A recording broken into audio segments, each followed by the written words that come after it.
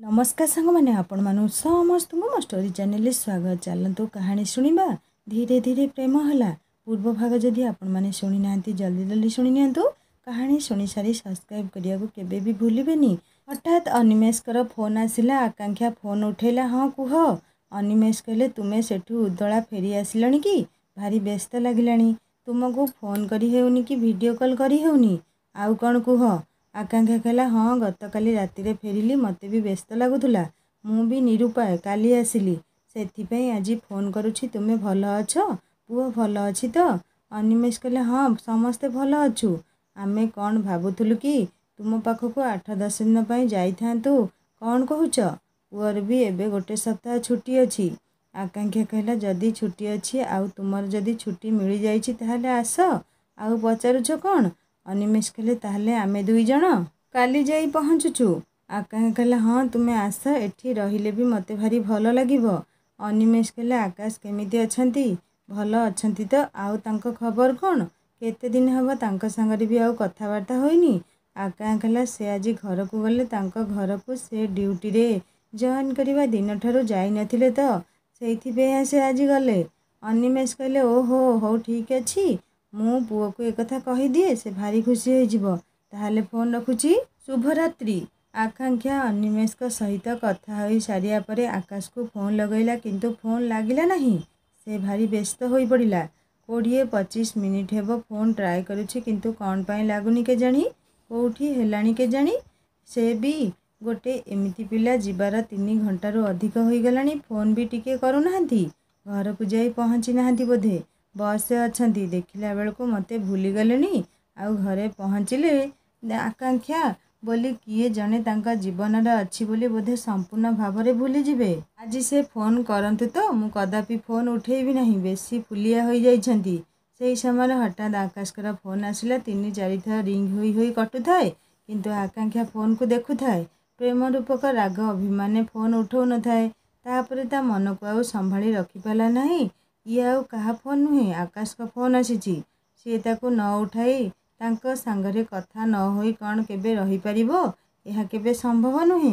तापरे से फोन उठेला। आकांक्षा तांको किछि कहिबा पूर्वरु से कहिबा को आरंभ कले फोन एते थर रिंग हेलानी कौन पे उठौ नथिलो तुमे ठीक अछ तो ना कौन समस्या होईछि कि मते भारी व्यस्त लागिला। तुमे फोन न उठेइबारु मु केते कौन भाभी सारिनी। तुमे एते थर न उठाइबारु मु भाबुथुली पाख क्वार्टर केउ स्टाफ को फोन करी कहि थांती जा देखियो मैडम ठीक अछंती कि नहीं। तापरे आकांक्षा कहला तुमे खाली कहि चलिबो ना मो कथा टिके सुनिबो मते टिके कहिबा पई देबो। अच्छा एबे 3 घंटा होई गलानी तुमे तो मो पाख को टिके भी फोन करूनो कौन पई सेथि पई मु रागी जाई तुम फोन उठौ नथिली मु भी केते कौन भाबिलेनी। आकाश कहले ओहो एते राग अरे बाबा मो फोन एठी नेटवर्क नथिला सेथि पई लागी नथिबो। हो तुमे ठीक रे जाई क्वार्टर पहुँचिल तो खाइल ना नहीं आउ सब ठीक ठाक तो। आकांक्षा कहला जेते रागिले कौन हेबो तुमर प्रेम मो शिरा प्रशिरार रक्त भली एमिति प्रभावित हेलानी जे तुमर केई पद कथा शुणीदेले मो आत्मा शांति हो जाए। जेते चेष्टा कले भी मु तुम उपरे रागी परिबिनी। सतरे आम ए दुई अबुझा मनर प्रेमटा पूरापूरी नियारा।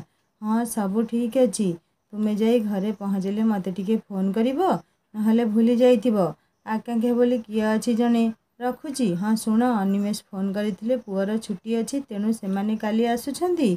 आकाश कहला जाहा हो अनिमेष सर आसुछंती पुओ भी आसुची तुमर समय अतिबाहित हो जिवो मो कथा हो एते मने पड़िबनी तुमर जहा हेला भल होला। आकांक्षा कहला मोर बरा दुईटी दुनिया से जदि गोटिए दुनिया हुअंती तुमे मोर आउ गोटिए दुनिया समय तो अतिबाहित हो जिवो तथापि गोटे दुनिया मो पाखरे थिबो तुम दुनिया कथा तो निश्चय मने पड़िबो।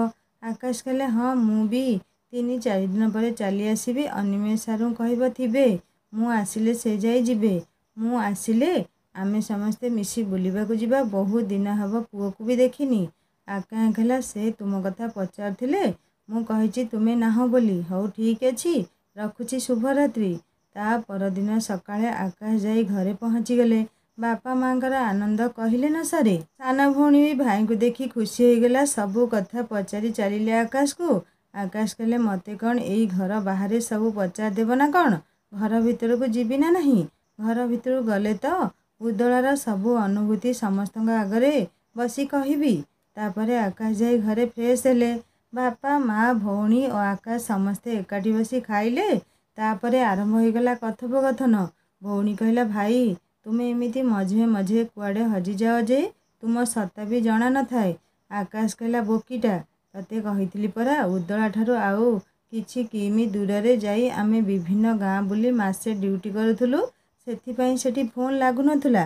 ସେଥିପାଇଁ ମୁଁ ମଝିରେ ମଝିରେ ହଜି ଯାଉଥିଲି। ବୋଉ କହିଲେ, ଆରେ ତୁ କ'ଣ ସେଠାକୁ ଏକା ଯାଇଥିଲୁ ନା ତୋ ସାଙ୍ଗରେ ଆଉ କିଏ ଷ୍ଟାଫ୍ ଯାଇଥିଲେ? ଆକାଶ କହିଲା, ହଁ ବୋଉ, ମୋ ସହିତ ମେଡ଼ିକାଲର ଜଣେ ନର୍ସ ଷ୍ଟାଫ୍ ଯାଇଥିଲେ। ତାଙ୍କ ନାଁ ଆକାଂକ୍ଷା ମ୍ୟାଡ଼ାମ୍। ବୋଉ କହିଲା, ଆରେ ଝିଅଟି ତୋ ସାଙ୍ଗରେ ଯାଇଥିଲେ ସେ ଝିଅଟି କ'ଣ ବାହା ହୋଇଛନ୍ତି ନା ଅବିବାହିତା? ଆକାଶ କହିଲେ, ହଁ ବୋଉ, ସେ ବାହା ହୋଇଛନ୍ତି, ତାଙ୍କର ପୁଅଟିଏ ମଧ୍ୟ ଅଛି। ବୋଉ କହିଲେ, ଆରେ ସିଏ କ'ଣ ତାଙ୍କ ପୁଅକୁ ଛାଡ଼ି ଯାଇଥିଲେ? ସେଠି ତାଙ୍କର ଆଉ କିଏ ସବୁ ରୁହନ୍ତି? ଆକାଶ କହିଲେ, ସିଏ ବି ମୋ ଭଳି ଏକା ରୁହନ୍ତି। ତାଙ୍କ ସ୍ୱାମୀ ଓ ପୁଅ କଟକରେ ରୁହନ୍ତି। ବୋଉ କହିଲେ, ଓହୋ, ଝିଅଟି ତାଙ୍କ ସ୍ୱାମୀ ଓ ପୁଅକୁ ଛାଡ଼ି ଏକା ରହୁଛନ୍ତି। ସିଏ ବି ତାଙ୍କ ପୁଅକୁ ଛାଡ଼ି ରହି ମୋ ଭଳି ଭାରି ବ୍ୟସ୍ତ ହେଉଥିବେ। ତାଙ୍କୁ କେତେବେଳେ କ'ଣ ସାହାଯ୍ୟ ଟିକେ କରୁଥିବୁ, ଝିଅ ପିଲାଟା ନା। ଆକାଶ କହିଲା, ହଁ ହଁ, ତୁ ବ୍ୟସ୍ତ ହୋନା, ମୁଁ ତାଙ୍କୁ ସାହାଯ୍ୟ କରେ ଆଉ ସବୁଦିନେ ଏମିତି କରୁଥିବି ମଧ୍ୟ। ବାପା କହିଲେ, ଆରେ ବାପା ଆକାଶ, ସେଠିକାର ଲୋକମାନେ ଭଲ ତ? ତତେ ସେଇଠି କିଛି ଅସୁବିଧା ହେଉନି ତ? ଆକାଶ କହିଲା, ହଁ ବାପା, ସେଠି ସମସ୍ତେ ଭଲ। ମୋର ସବୁ ଷ୍ଟାଫ୍ ମାନେ ମଧ୍ୟ ଭଲ। ଆମ CDMO ସାର୍ ମଧ୍ୟ ବହୁତ ଭଲ। ଏପଟେ ଅନିମେଷ ତାଙ୍କ ପୁଅ ଆସି ଉଦଳାରେ ପହଞ୍ଚି ଯାଇଛନ୍ତି। ଆକାଂକ୍ଷା ତାଙ୍କୁ ଦେଖି ତା ପାଦ ଆଉ ତଳେ ଲାଗୁନଥାଏ। ସେ ଯେଉଁ ଖୁସି ହେଉଥାଏ ସେ ଖୁସିକୁ ବର୍ଣ୍ଣନା କରିହେବ ନାହିଁ। ପୁଅ ଆକାଂକ୍ଷାକୁ ଦେଖି ଆଗ କୁଣ୍ଢେଇ ପକେଇଲା।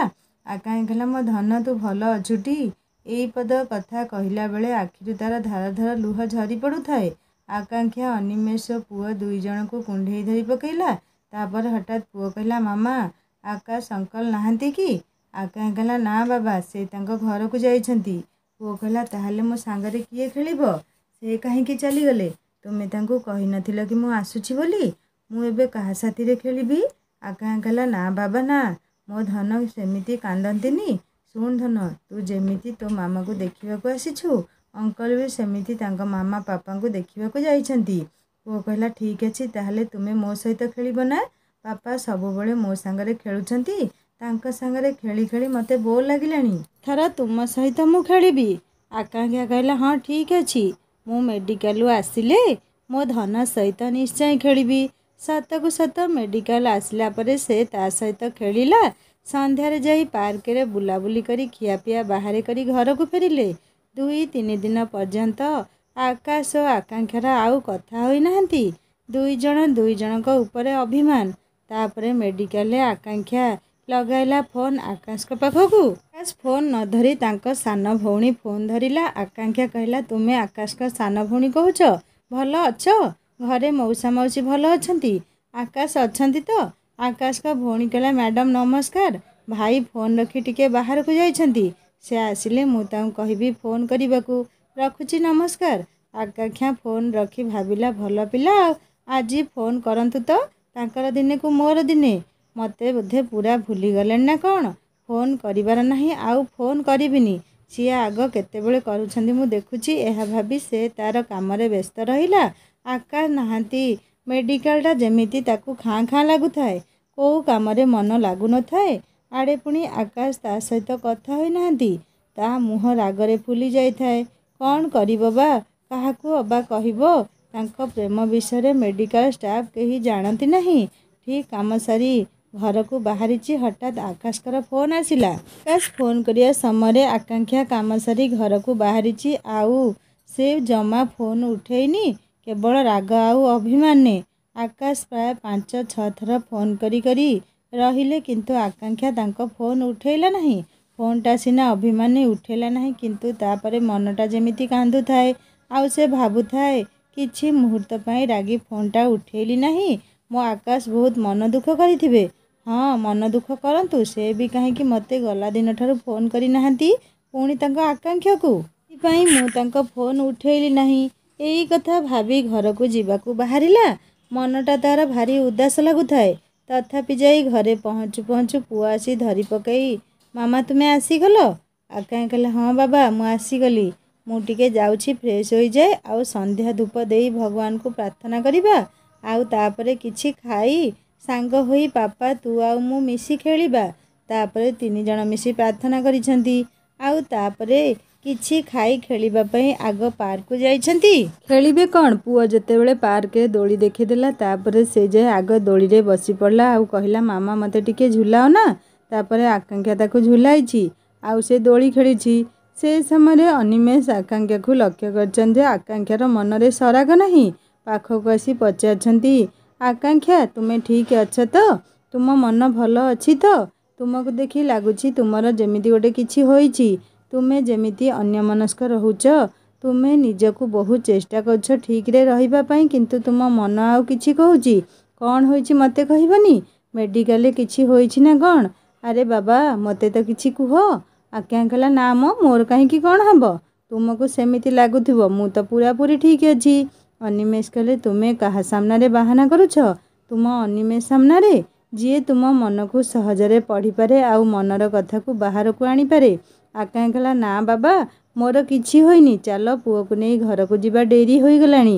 ଅନିମେଷ କହିଲେ ମୋତେ ସତଟା କ'ଣ କହୁନ ନା? ହଉ ନ କୁହ। ମୁଁ ତୁମକୁ କେବେ ବାଧ୍ୟ କରିବିନି କହିବା ପାଇଁ। ତୁମର ଇଚ୍ଛା ହେଲେ କହିବ ନହେଲେ ନାହିଁ। ହଉ ଠିକ୍ ଅଛି ଚାଲ ଯିବା। ଆକାଂକ୍ଷା କହିଲା ହଁ ମୁଁ ପୁଅକୁ ଆଣେ ତାପରେ ଯାଇ ଯିବା। ଆକାଂକ୍ଷା ଯାଇ ପୁଅକୁ ଆଣିଛନ୍ତି। ଠିକ୍ ସେତିକିବେଳେ ପୁଅ କହିଲା ମାମା ଦେଖ ସମସ୍ତେ ପାର୍କରେ ଫଟୋ ଉଠାଉଛନ୍ତି। ତୁମେ ପାପାଙ୍କୁ ଡାକ ଆମେ ବି ଫଟୋ ଉଠାଇବା। ତାପରେ 3 ଜଣ ମିଶି ବହୁତ ଫଟୋ ଉଠାଇଛନ୍ତି ଆଉ ତାପରେ ଘରକୁ ଯାଇଛନ୍ତି। ଘରକୁ ଗଲା ପରେ ଅନିମେଷ କହିଛନ୍ତି ଆକାଂକ୍ଷା ଆଜି ରାତିରେ ମୁଁ ରୋଷେଇ କରୁଛି ତୁମେ ପୁଅ ସହିତ ବସି କଥା ହୁଅ। ପୁଅ କହିଲା ମାମା ପାପା କେତେ ଭଲ ତୁମକୁ ମୋ ସହିତ କଥା ହେବା ପାଇଁ କହିଲେ ଆଉ ନିଜେ ରୋଷେଇ କରିବାକୁ ଗଲେ। ମୋ ପାପା ସବୁଠାରୁ ବେଷ୍ଟ ପାପା। I love you papa. ଆକାଂକ୍ଷା ମନେ ମନେ ଭାବିଲା ଅନିମେଷ ବୋଧେ ଜାଣିପାରିଲେ କୌଣସି କାରଣରୁ ମୋ ମନ ଭଲ ନାହିଁ ସେଥିପାଇଁ ମୋତେ ରିଲାକ୍ସ ଦେବା ପାଇଁ ସେ ରୋଷେଇ କରୁଛନ୍ତି। ନା ନା ମୋତେ ଯାଇ ତାଙ୍କୁ ସାହାଯ୍ୟ କରିବାକୁ ହେବ। ସେମିତିରେ ତ ସିଏ କଟକରେ ସବୁବେଳେ ରୋଷେଇ କରୁଛନ୍ତି ପୁଣି ଏଠିକି ଆସି ମୁଁ ଥାଉ ଥାଉ ସେ ପୁଣି ରୋଷେଇ କରିବେ। ମୋତେ ଜମା ବି ଭଲ ଲାଗିବନି। ବାହାରିଲେ ଅନିମେଷଙ୍କ ପାଖକୁ। ପୁଅ କହିଲା ନା ମାମା ତୁମେ ମୋତେ ଭଲ ଭଲ ଗପ କୁହ ମୁଁ ଶୁଣିବି। ଜାଣିଛ ମାମା ପାପା ମୋତେ ସବୁବେଳେ ଖାଇବା ଆଉ ଶୋଇବା ସମୟରେ ଭଲ ଭଲ ଗପ କୁହନ୍ତି ଆଉ ସେ ଗପ ଶୁଣି ମୁଁ ଖାଇଦିଏ ଆଉ ଶୋଇପଡ଼େ। ତାପରେ ଅନିମେଷ ଆସି କହିଲେ ରୋଷେଇ ସରିଗଲା ଆସ ଖାଇବା। ତାପରେ ସମସ୍ତେ ମିଶି ଖାଇଲେ ଆଉ ଆକାଂକ୍ଷା ପୁଅକୁ ଶୁଆଇ ପକାଇଛନ୍ତି। ତାପରେ ଆକାଂକ୍ଷା ଓ ଅନିମେଷ ମିଶି କଥା ହେଉଥାନ୍ତି। ଅନିମେଷ କହିଲେ ଆକାଂକ୍ଷା ମୁଁ ତୁମକୁ ବହୁତ ଭଲ ପାଏ। ମୁଁ ତୁମକୁ ସବୁ କଥା କହିଦିଏ କିନ୍ତୁ ତୁମର କ'ଣ ହୋଇଛି ମୋତେ ଏପର୍ଯ୍ୟନ୍ତ କହିଲନି। ହଉ ଛାଡ଼ ସେ କଥା। ମୋତେ କହିଲ ମୋ କଥା ତୁମେ କେତେ ଭାବ? ମୋତେ ଯେମିତି ଲାଗୁଛି ମୋ ପ୍ରତି ତୁମର ଥିବା ଭଲ ପାଇବା ଟିକେ ବୋଧେ କମିଯାଇଛି। ତୁମେ ମୋର ସେଇ ଆକାଂକ୍ଷା ତ? ମୋ ଆକାଂକ୍ଷା ମୋତେ ଯଦି ଆଗ ପରି ଭଲ ପାଉଥାନ୍ତା ତାହେଲେ ତା'ର କ'ଣ ହୋଇଛି ସେ ମୋତେ ଆସୁ ଆସୁ କହିସାରନ୍ତାଣି। ଆକାଂକ୍ଷା କହିଲେ ନା ମୁଁ ତୁମର ସେଇ ଆକାଂକ୍ଷା ଅଛି କିଛି ବି ବଦଳି ଯାଇନି। ତୁମକୁ ସେମିତି ଲାଗୁଥିବ। ଏହା କହି ଅନିମେଷକୁ କୁଣ୍ଢେଇ ଧରି ପକାଇଲା। ତାପରେ ରାତି ଅଧିକ ହୋଇଛି ଶୋଇପଡ଼ିଛନ୍ତି। ତା ପରଦିନ ସକାଳୁ ଆକାଂକ୍ଷା ସବୁ କାମ ସାରି ବାପ ପୁଅ 2 ଜଣଙ୍କ ପାଇଁ ଟିଫିନ୍ ଏବଂ ମିଲ୍ ତିଆରି କରି ଅନିମେଷକୁ କହି ମେଡ଼ିକାଲ ଯିବାକୁ ବାହାରି ପଡ଼ିଲା। ପୁଅ ଶୋଇଥିଲା। ଅନିମେଷ ଆସି ଆକାଂକ୍ଷାକୁ ଏକ ଚୁମ୍ବନ ଦେଇ କହିଲେ ଆଜି ତ ମୁହଁକୁ ଟିକେ ଫ୍ରେଶ୍ ରଖ ଆଉ ମୁଁ ଏ ଶୁଖିଲା ମୁହଁ ଦେଖିବାକୁ ଚାହୁଁନି। ମେଡ଼ିକାଲରୁ ଆଜି ଆସିବା ପରେ ମୁଁ ଯେମିତି ଏ ମୁହଁ ନ ଦେଖେ ନହେଲେ ରାତିରେ ଆମେ ବାପ ପୁଅ କଟକ ଚାଲିଯିବୁ। ଯେମିତି ଏ କଥାକୁ ଟିକେ ମନେ ରଖିଥିବ। ଆକାଂକ୍ଷା କହିଲା ହଉ ଠିକ୍ ଅଛି ତୁମେ ଯାହା କହୁଛ ମୁଁ ତାହା ହିଁ କରିବି। ତାପରେ ଆକାଂକ୍ଷା ମେଡ଼ିକାଲ ଚାଲିଗଲା। ମେଡ଼ିକାଲରେ ପହଞ୍ଚିଲା ସତ ହେଲେ ଆକାଶଙ୍କ ବିନା ମେଡ଼ିକାଲ ସତେ ଯେମିତି କୃଷ୍ଣ ବିନା ରାଧାଙ୍କ ମନ ଯେମିତି ଲାଗେ ସେମିତି ହିଁ ଆକାଂକ୍ଷାକୁ ଲାଗୁଥିଲା। ସବୁ କାମ କରୁଥିଲା ସତ କିନ୍ତୁ ସେ କାମରେ ତା'ର ଯେମିତି ଜମା ମନ ନଥିଲା।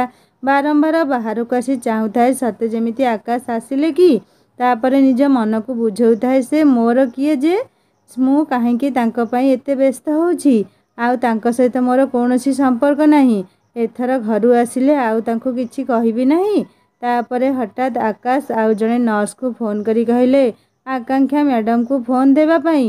ସେ ଆସି ଆକାଂକ୍ଷାକୁ କହିଲେ दीदी आपण को आकाश सार फोन करिसेंती नियंतु कथा हुंतु। आकांक्षा कहला कहीदियो मोर काम अछि बोली काम सरिले मु फोन करबी। यह कही आकांक्षा सेठू चलीगला। से दीदी आकाश सारू कहले सार दीदींकर काम अछि से परे आपण को फोन करिवे। आकाश कहले हो ठीक अछि मु रखुची। तापरे आकांक्षा काम सारी आकाश को फोन करने को जाऊे नंबर डायल कर पुणी काटी देउथाए।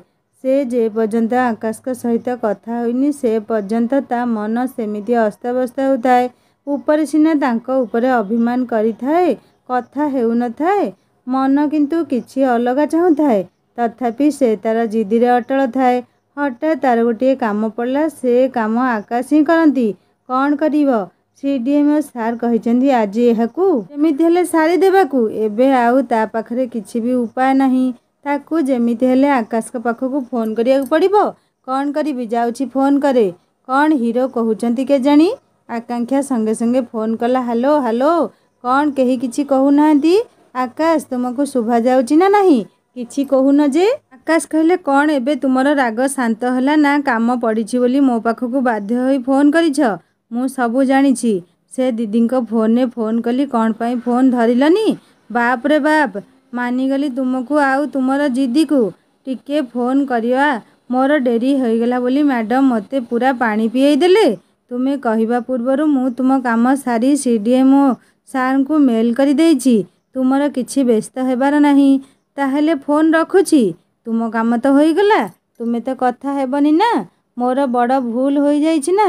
एतिकी दिन तुमको न देखी पुणी न कथा होई केते कष्ट लागुछि सेटा मु ही केवल अनुभव करि पारुछि। घरे समस्ते अछंती तथापि केजाणी काहेकि मते किछि भल लागुनी। तुम कथा खाली मने पड़ुछि। तुम मन खाली मो मनरे नुहे मो आत्मा रे मो शरीरर सबु शिरा प्रशिरा रे मिसी जाइछि। मते तुम बिना किछि भल लागुनी। घरे समस्ते कहउछंती तू एमिति चुपचाप होई बसुछु जे तू तो एमिति नुहे तोर कौन होइछि। मु भी निजे जानिनी मोर कौन हेउछि। तुम बिना गोटिए मुहूर्त रहिबा भी मो पाई बहुत कष्टकर। आउ कौन कुह ना मो कथा खाली शुणुथिबो। आकांक्षा कहला हाँ मु तुम ऊपर रागिकी फोन उठाउ नथिली कि करू नथिली। मु भी तुम बिना रही परिबी नहीं। मु भी तुम पाई पागली आउ तुम ऊपर केबे रागिबिनी। तुमे शीघ्र आस मते तुम बिना किछि भल लागुनी। तुमे केबे आसीबो जे। आकाश कहला हाँ मु टिके घरर किछि काम सारी आउ 2 दिन भितरे बाहरुछि गले जाई तुम सह कथा बुझिबी। अनिमेष सार आउ पुओ अछंती तो सेमाने 2 जण भल अछंती तो मु गले बुलिया पई समस्ते जीवा मिसिकी ताहले रखुछि बाय लव यू। आउ कौन देबी। आकांक्षा कहला हाँ आउ कौन माने तुमे तो मोर आउ केवल मोर तुमको छाड़ी देले मोर आउ किछि दरकार नहीं। केवल तुमे आउ तुमर भल पाइबा ही मोर दरकार आउ किछि नुहे। आकांक्षा एतिकी कथा हो अनिमेष फोन कले। ठीक 2 दिन परे आकाश तांकर घर काम सारी आसी उदला रे पहुँची छंती। आउ तापरे मेडिकल जाइछंती। मेडिकल ले तांकर बहुत गुडिए काम बाकी रहिथिला ताकू बसी करूथांती। से आउ आकांक्षा को भी कहि नाहंती जे मु आसी पहुँची मेडिकल आसिलिनी बोली। आकांक्षा आसी मेडिकल ले पहुँची गला। हठात ताकू मेडिकल टा जेमिति फ्रेश फ्रेश लागुथाए ताकू जेमिति अनुभव हेउथाए आउ आकाश आसीगले ना कौन एमिति भाभी जाई आकाश का रूम पाखକୁ गला। सतकु सत आकाश को देखिले से कामरे लागी पड़िछंती। आकांक्षा निज आखि को आउ थरे भलरे पोछि देखिला।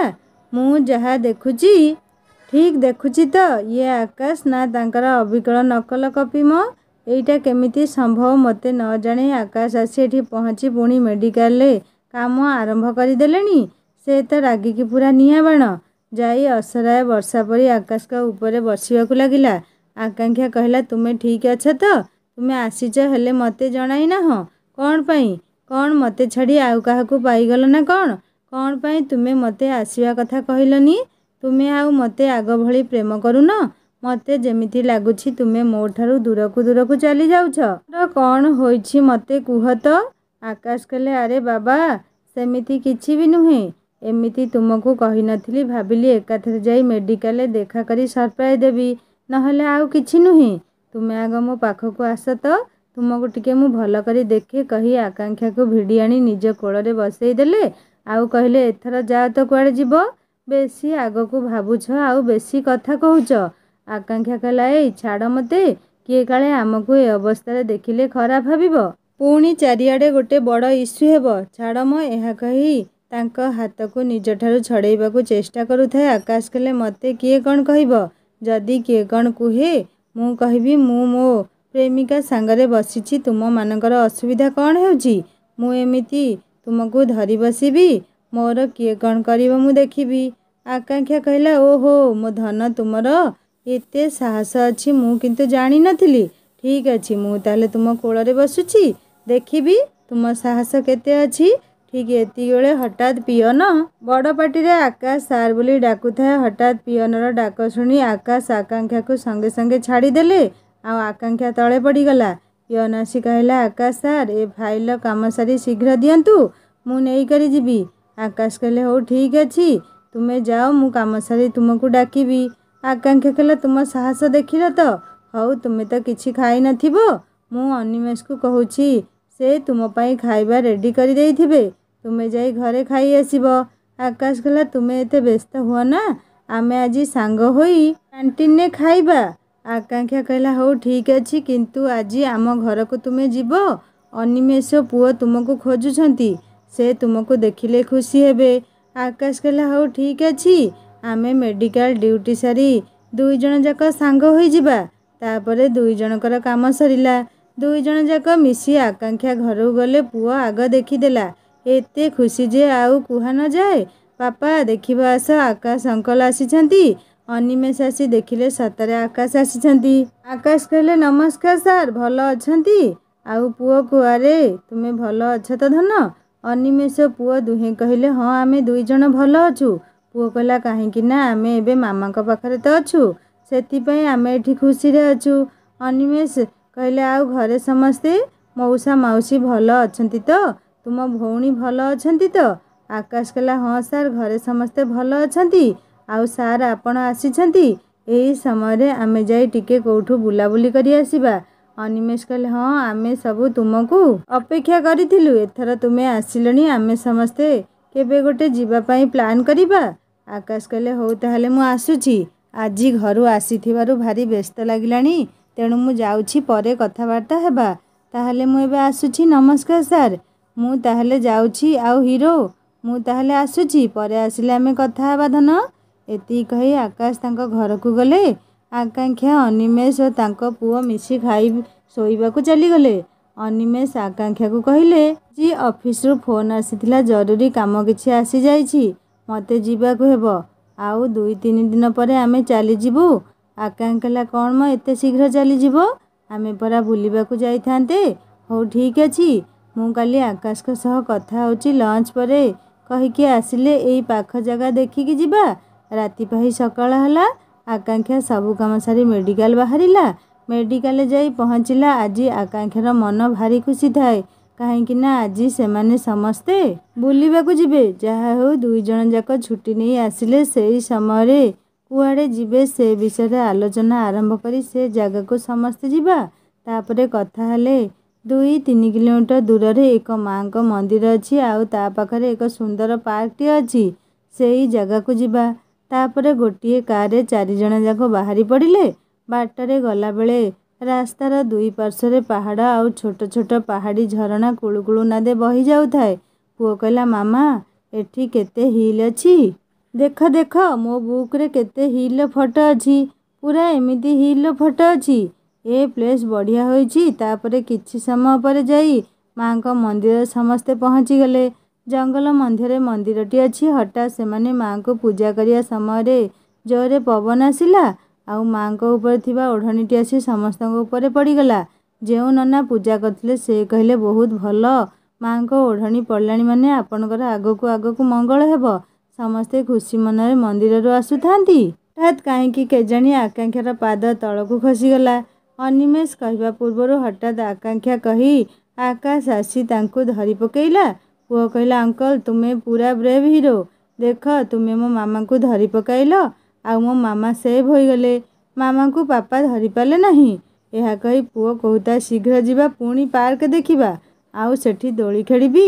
ସମସ୍ତେ ପାର୍କରେ ଯାଇ ପହଞ୍ଚିଗଲେ। सेठी बुलाबुली करी समस्ते बाहरी पड़लु घर अभिमुखे।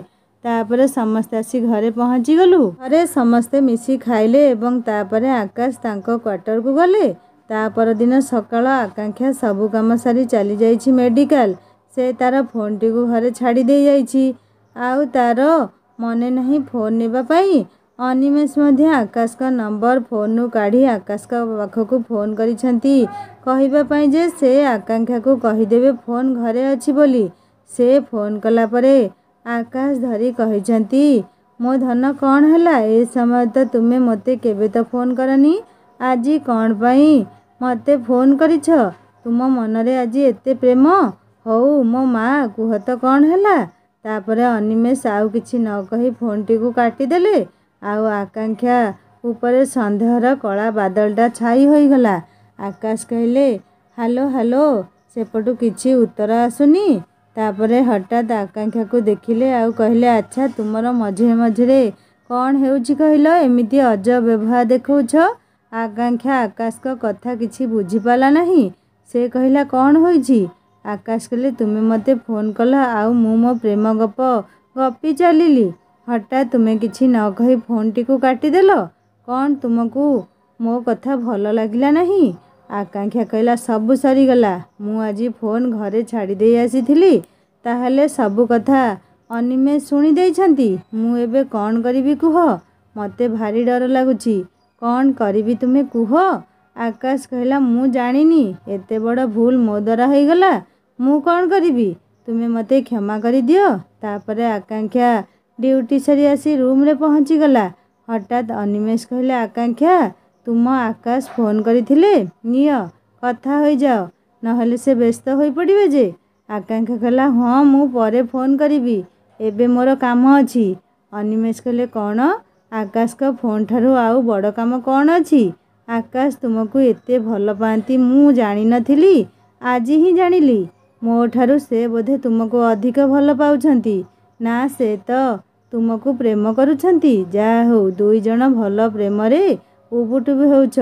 एमिति केते कथा आकांक्षा को सुनेई देई गले आउ पुओ को धरी सांगे सांगे बाहरी पड़ले जीवा पाई कटक। सांग माने कथारे नहीं दुई नारे पाद देई छाती फाटी प्राण जाई।